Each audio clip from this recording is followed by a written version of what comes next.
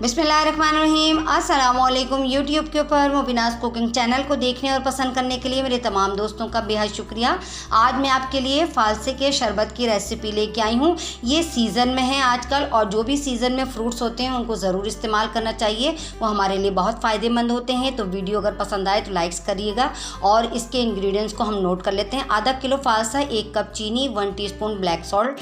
आइए इसको तैयार करते हैं। एक ब्लेंडर का जार ले लिया मैंने, इसके अंदर मैं फालसे ऐड कर दूंगी। ये मैंने हाफ केजी के करीब लिए हैं, और इसके अंदर हम इतना पानी शामिल करेंगे कि हमारा जो फालसा हमने लिया है वो अच्छी तरीके से ब्लेंड हो जाए।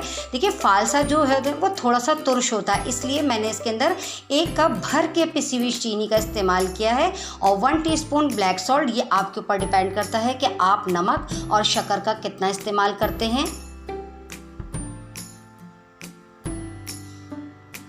देखिए कितना ज़बरदस्त सा जूस तैयार हो गया है। अब मैं इसको स्ट्रेनर की मदद से छान लूँगी।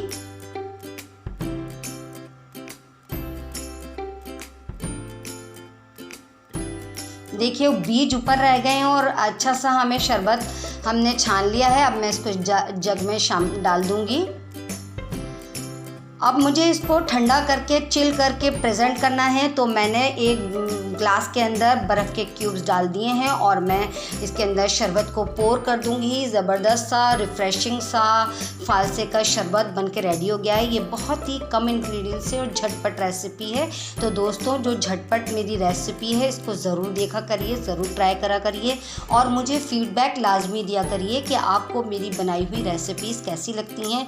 और मुझे इंस्टाग्राम पे भी फॉलो करिए और फेसबुक पे भी फॉलो करिए।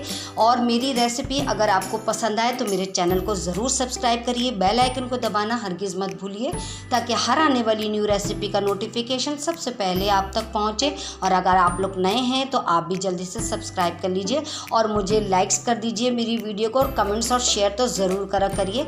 और मेरी वीडियो को लास्ट तक देखने के लिए थैंक्स फॉर वॉचिंग। अल्लाह हाफिज़।